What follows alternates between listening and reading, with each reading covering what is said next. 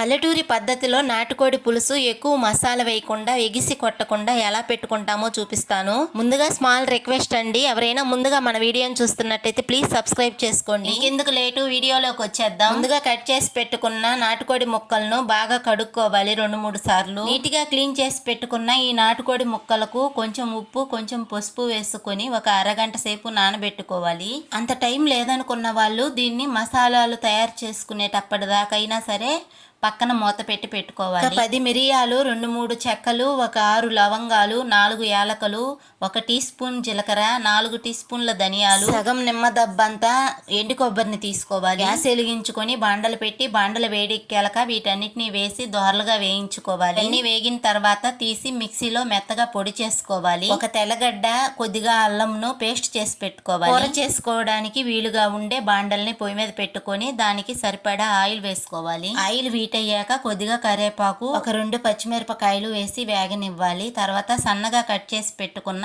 Onions వేసుకోవాలి. Onion ఎర్రగా వేగిన తర్వాత కట్ చేసి పెట్టుకున్న టమోటాలు వేసుకోవాలి. టమోటాను పచ్చివాసన పోయేదాకా వేయించుకోవాలి. ఇది వేగేటప్పుడు కొద్దిగా ఉప్పు, కొద్దిగా పసుపు వేసుకుంటే టమోటా తొందరగా ఎగుతుంది. మెత్తగా చేసుకున్న అల్లం పేస్ట్ ను కూడా వేసేసుకోవాలి. దీన్ని కూడా బాగా వేయించుకోవాలి, పచ్చివాసన పోవాలి. అంతా బాగా వేగిన తర్వాత ఆయిల్ సపరేట్ గా వచ్చేస్తుంది. అది చూసుకొని 2 టేబుల్ స్పూన్ల కారం వేసుకోవాలి. కారం కొంచెం ఎక్కువ తినే వాళ్ళు ఉంటే కొంచెం ఎక్కువే వేసుకోవచ్చు. చిటికెడు పసుపు వేసేసుకొని బాగా మ్యాగ్నేట్ చేసుకోవాలి. తర్వాత ఈ కలిపి పెట్టుకున్న చికెన్ ను వేసేసుకోవాలి. టమోటా గుజ్జంతా ఈ ముక్కలకు పట్టేలాగా బాగా కలుపుకోవాలి. బాగా కలుపుకున్న తర్వాత నీళ్లు పోయకుండా ఉడికించుకోవాలి ఒక 10 నిమిషాలు. అందులోనే నీళ్లు ఊరతాయి, అది చూసుకొని తర్వాత నీళ్లు పోసుకోవాలి. అలాగే కాసేపు ఉడికించుకున్న తర్వాత తీసి మళ్ళీ కలిపెట్టుకోవాలి. నాటుకోడి ముక్క ఆల్మోస్ట్ సగం వరకు ఉడికిపోతుంది. అప్పుడు మనం దంచి పెట్టుకున్న ధనియాల పొడిని వేసేసుకొని కలుపుకోవాలి. ఈ ధనియాల పొడి ముక్కలకు పట్టే విధంగా బాగా కలుపుకోవాలి నీట్గా. అప్పటికే నాటుకోడి గుమగుమలాడిపోతుంటుంది, అసలు వాసన భలే వస్తుంది. పొడి అంతా ముక్కలకు పట్టాలంటే కాసేపు ఉడికించాలి. తర్వాత మూత పెట్టేసి, నాటుకోడి అంటే మనం పులుసు కోసమే చేసుకుంటాం కాబట్టి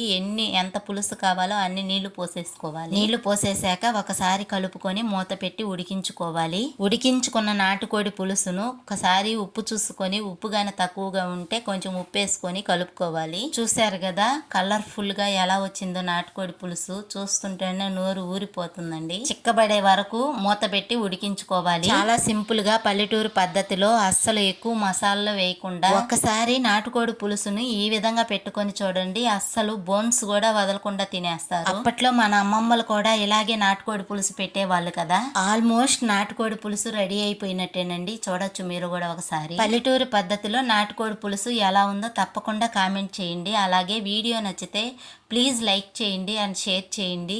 అలాగే సబ్స్క్రైబ్ చేసుకోవడం మాత్రం మర్చిపోవద్దు. నేను పెట్టే వీడియోలన్నీ మీకు తొందరగా అందాలి అంటే బెల్ ఐకాన్ని క్లిక్ చేసి పెట్టుకోండి, మీకు నోటిఫికేషన్ రూపంలో వస్తాయి.